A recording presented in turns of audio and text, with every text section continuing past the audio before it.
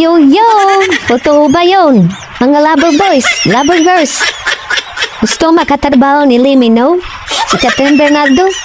Totoo ba yun? Alamin natin yun sa aking intro.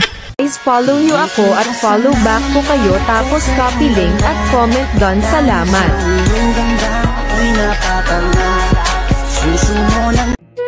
Catherine Bernardo at Lee Min-ho nagkita sa Korea para sa isang bagong proyekto.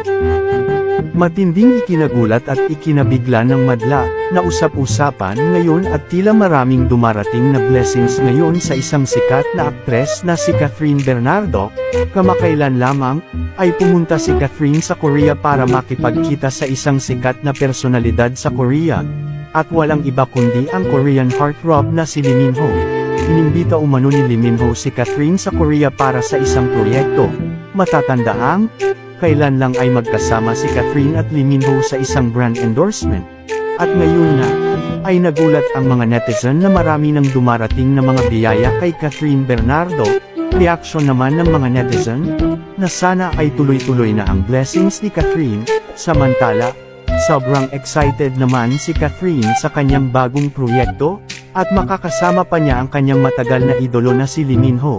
Ikaw, ano ang masasabi mo sa usaping ito? Ibahagi ang iyong reaksyon sa comment section. Lahat ng nagpo-follow sa akin, pina-follow back ko.